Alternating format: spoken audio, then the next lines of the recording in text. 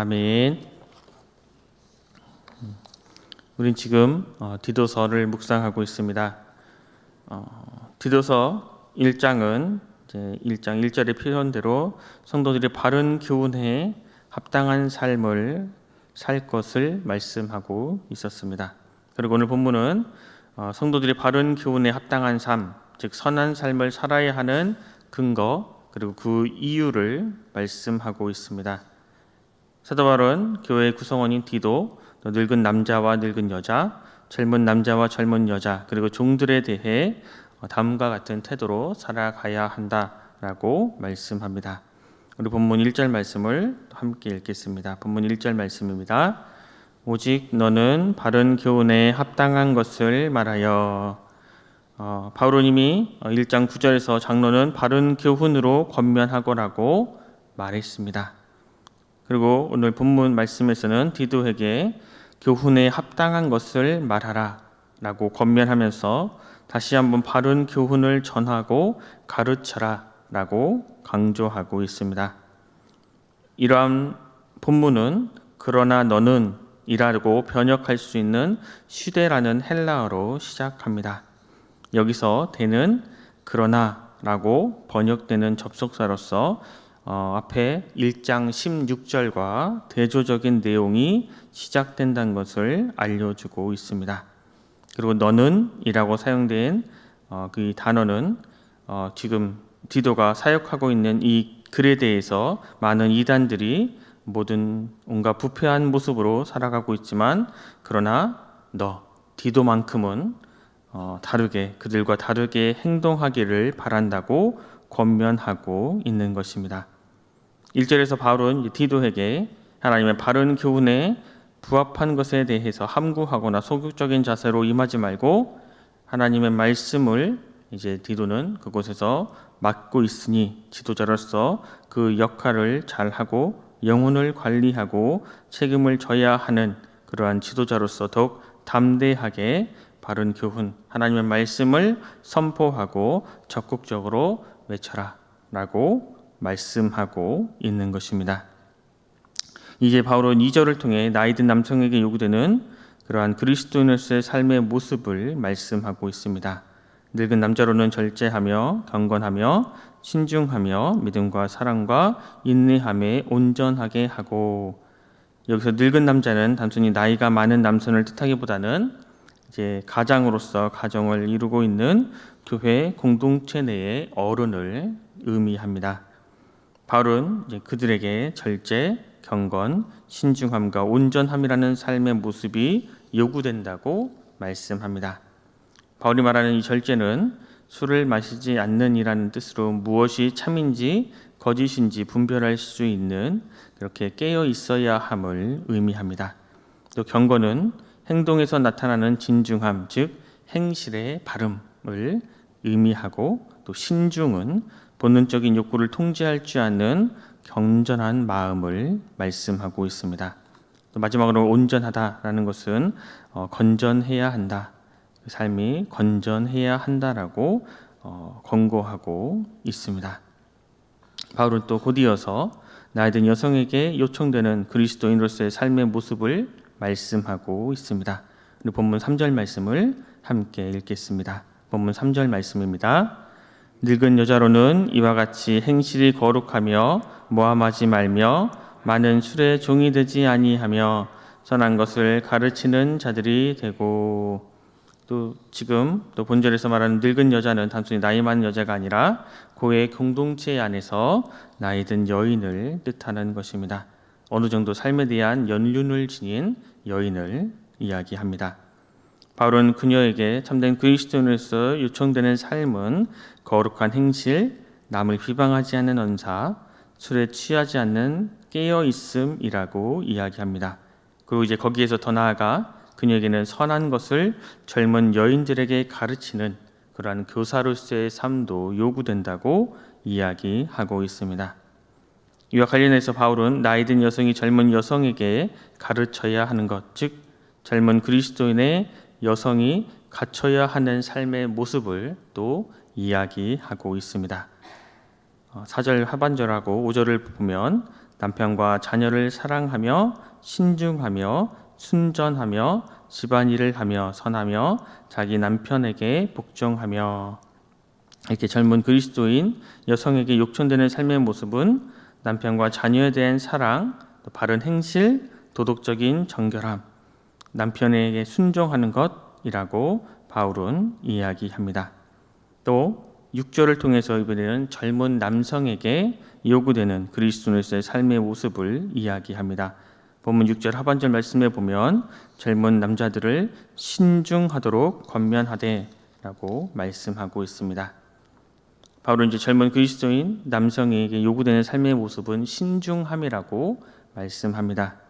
여기서 신중함이란 정신을 건전하게 지킴으로 바른 태도를 가지고 있는 것을 의미합니다. 젊은 나이의 남성들은 유혹에 빠지기 쉽기에 그릇된 길로 가기 십상이기에 그에게 요구되는 덕목은 무엇보다도 신중함이라고 말씀하고 있습니다. 그리고 이제 바울은 이제 본문 9절과 10절을 통해서 그리스도인 종들이 지녀야 하는 삶의 모습에 대해서 이야기합니다. 종들은 자기 상전에게 범사에 순종하여 기쁘게 하고 거슬러 말하지 말며 훔치지 말고 오히려 참된 진실성을 나타나게 하라 말씀하고 있습니다. 이 본문에서 쓰인 이 순종이라는 이 단어는 단순히 주인의 말을 잘 듣는다라는 의미보다 한층 더 강하게 자신을 주인의 지배에 굴종시킨다는 의미를 지니고 있습니다. 이 당시 그리스도인 종들 가운데 주인에게 복종하기보다는 주 안에서 모든 형제와 자매가 하나라는 생각으로 자신과 주인을 대등하게 여겨서 직무를 자신이 마땅히 해야 하는 그런 일들을 태만히 했던 사람들이 있었습니다. 이에 바울은 그들을 향해 주인에게 항상 복종할 것을 이야기하면서 주인의 것을 몰래 횡령하거나 착복하는 그러한 부정직함을 범하지 말고 그리스도인으로서 신실성을 유지해야 한다라고 당부하고 있습니다. 이처럼 지금 사도 바울은 본문을 통해 각각의 그리스도인들이 처해 있는 그 삶의 자리에 따라서 그에 상응하는 그리스도인의 모습을 너희는 이렇게 살아가야 한다라고 알려줌으로 세상 가운데 구별된 그렇게 그리스도인으로서 살아가는 법을 말씀하고 있습니다. 이 내용이 복합적으로 압축되었다고 볼 수 있는 부분이 바로 본문 12절 후반절입니다. 사도 바울은 신중함과 의로움과 경건함으로 이 세상에 살고 라고 말씀합니다. 바울이 이 당시에 살았던 이 시대와 지금 우리의 시대 사이에는 참으로 많은 시간이 흘렀습니다. 시간의 간극이 존재합니다. 하지만 그러한 세월을 뛰어넘어 각 시대에 요천되는 그리스도인들의 삶의 모습들은 동일합니다. 그것은 오늘 본문 12절 후반절에 나타난 것처럼 정신을 세속으로부터 건전하게 지킴으로 바른 태도를 가지려는 신중함과 또 올바르고 또 정직하게 살아가려는 의로움과 또 살아계신 하나님을 인식하며 하나님 앞에서 바른 언행을 행하며 살아가는 경건함입니다.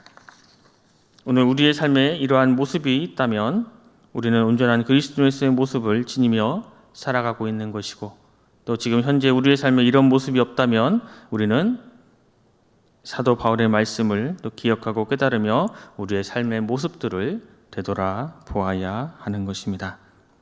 그렇다면 그리스도인들로 하여금 이 세상에서 신중하고 의롭고 또 경건한 그리스도인으로 살아갈 수 있도록 할 수 있는 그러한 힘은, 그러한 동력은 무엇입니까? 본문 11절과 12절 3반절 말씀에 보면 모든 사람에게 구원을 주시는 하나님의 은혜가 나타나 우리를 양육하시되 라고 말씀하고 있습니다. 바울은 본문을 통해서 그리스도인을 온전한 그리스도인으로서 만들어 가시는 분은 바로 하나님이심을 말씀하고 있습니다. 그리스도인이 참된 그리스도인의 모습으로 살아갈 수 있는, 그렇게 되어져 가는 그러한 힘은 바로 하나님의 은혜로 인함이라고 이야기하고 있는 것입니다. 하나님께서는 우리를 향한 놀라운 계획을 가지고 우리를 구원 가운데 초청해 주셨습니다. 하지만 거기에서 손을 놓으시는 것이 아니라 구원의 진리 안에서 우리를 훈계하시고 우리를 양육하심으로 우리 각 사람을 온전한 그리스도인의 모습으로 살아갈 수 있도록 우리를 인도해 주시고 우리를 이끌어가 주시고 계십니다. 그리스도인이 온전한 그리스도인 다움을 지니게 되는 동력은 바로 하나님의 은혜 때문입니다. 하나님의 은혜 때문에 우리는 그리스도인의 모습으로 온전히 살아갈 수 있는 그러한 힘을 얻게 되는 것입니다. 그렇다면 우리 그리스도인들이 이 세상에서 선을 행하는 그리스도인으로 살아가야 하는 그 근거는 또 무엇입니까? 우리 본문 14절 말씀을 함께 읽겠습니다. 본문 14절 말씀입니다. 그가 우리를 대신하여 자신을 주심은 모든 불법에서 우리를 속량하시고 우리를 깨끗하게 하사 선한 일을 열심히 하는 자기 백성이 되게 하려 하심이라. 그리스도께서 우리 죄 대신 십자가에 몸을 내어주시고 우리를 죄로부터 깨끗하게 하여 주신 이유는 바로 우리가 당신의 백성이 되게 하시기 위함입니다. 우리 그리스도인들이 이 땅에 존재하게 된 이유는 바로 우리로 하여금 하나님의 선한 백성으로 살아가게 하시기 위함이기 때문입니다. 그것이 바로 우리 그리스도인들이 이 세상에서 선한 일을 열심히 하며 살아가야 하는 이유입니다. 그렇다면 그리스도인들이 이 세상에서 선한 일을 열심히 하는 그리스도인으로 살아갈 수 있도록 하는 또 다른 삶의 동력은 또 무엇입니까? 우리 마지막으로 본문 13절 말씀을 함께 읽겠습니다. 13절 말씀입니다. 복스러운 소망과 우리의 크신 하나님 구주 예수 그리스도의 영광이 나타나심을 기다리게 하셨으니 우리는 예수 그리스도의 오심을 기대하며 하나님의 백성답게 선한 삶을 이 세상에서 선한 일을 하며 열심히 살아갈 수 있는 힘을 얻게 됩니다. 주님이 오실 것을 기대하며 살아갈 때 우리의 삶은 더욱 신중해질 수 있습니다. 더욱 올바르며 정직하게 살려고 노력하게 됩니다. 예수 그리스도께서 이 땅에 오실 것이기 때문입니다. 경건의 모습과 능력을 추구하며 선한 일에 열심을 내게 됩니다. 주님의 오심에 대한 기대는 우리로 하여금 거룩에 대한 능력을 회복시키는 그러한 촉매 역할을 하기 때문입니다. 우리의 주님께서는 우리를 조건 없이 선택해 주셨습니다. 우리의 연령, 성별, 지위에 상관없이 창세전부터 놀라운 계획을 가지고 우리를 지명하여 불러주셨습니다. 그것은 다름이 아닌 선한 일을 열심히 하는 당신의 백성으로 우리를 삼아 주시기 위함입니다.